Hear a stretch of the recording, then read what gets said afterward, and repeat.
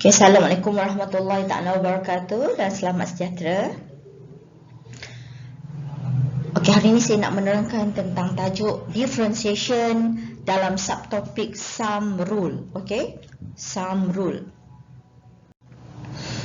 Okay, ini adalah formula sum rule. Okay, yang mana sum rule ni adalah konsep dia. Kita akan buat derive terhadap semua sebutan yang diberi, yang mana semua sebutan tu maksudnya dia ada tambah tolak. Okey, dia lebih daripada satu sebutan.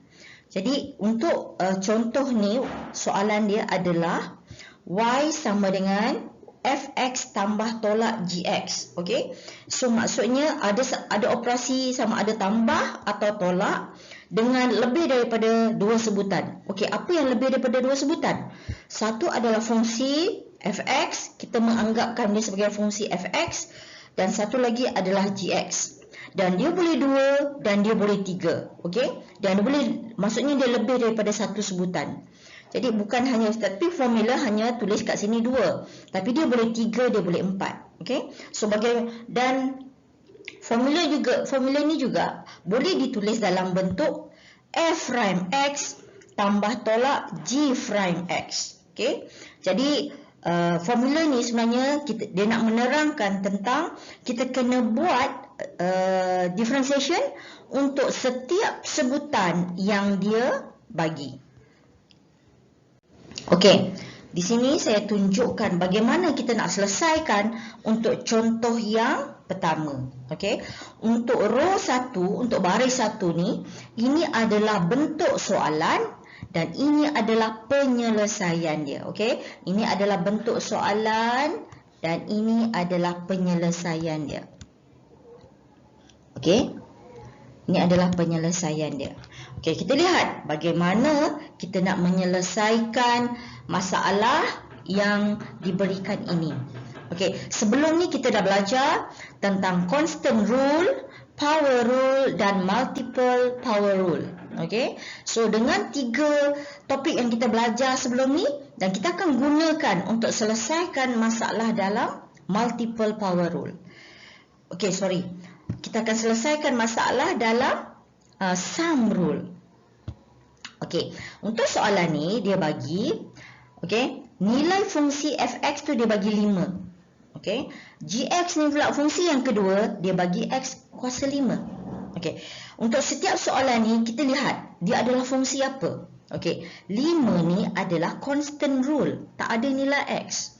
Manakala x kuasa 5 adalah power rule. Okey, kita kena gunakan formula power rule.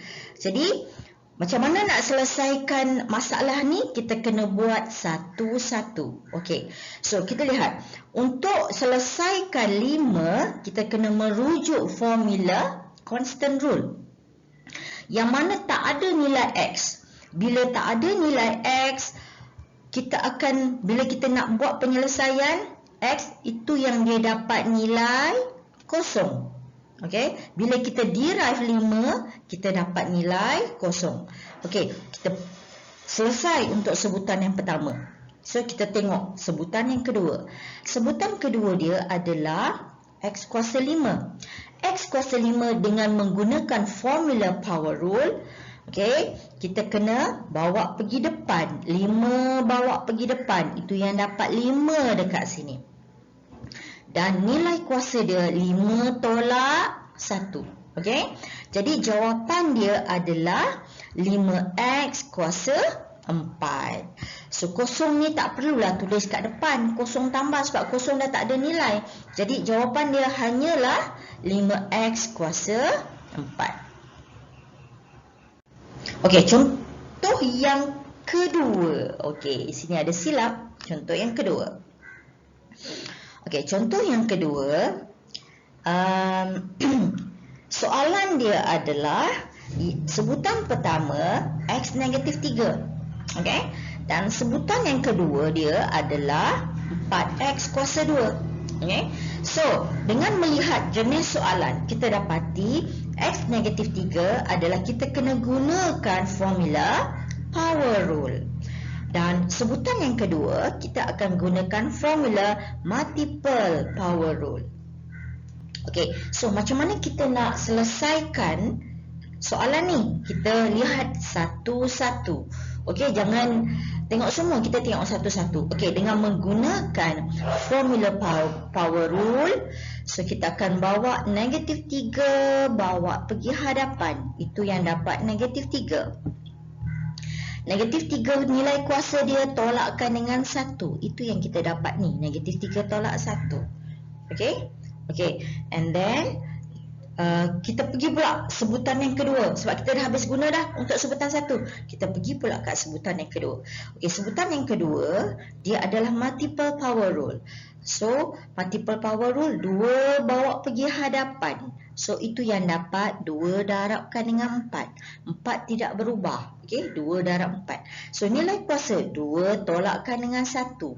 Itu yang kita dapat 2 tolak 1. Okey, next. Apa nak buat? Kita akan permudahkan setiap sebutan. Okey, so negatif 3. So, biar kat sini negatif 3. Dan X, power dia negatif 3 tolak 1. Apa nak buat? Kita simplify, kita dapat negatif 4. So, selesai untuk sebutan pertama. Sebutan kedua, 4 kali 2. So, adalah 8. Dan 2 tolak 1, kita dapat 1. So, inilah jawapan untuk contoh yang kedua. Okey, sekian. Saya harap video ni dapat bantu pelajar untuk memahami bagaimana kita nak menyelesaikan masalah dalam differentiation dalam subtopik sum rule. Sekian, terima kasih.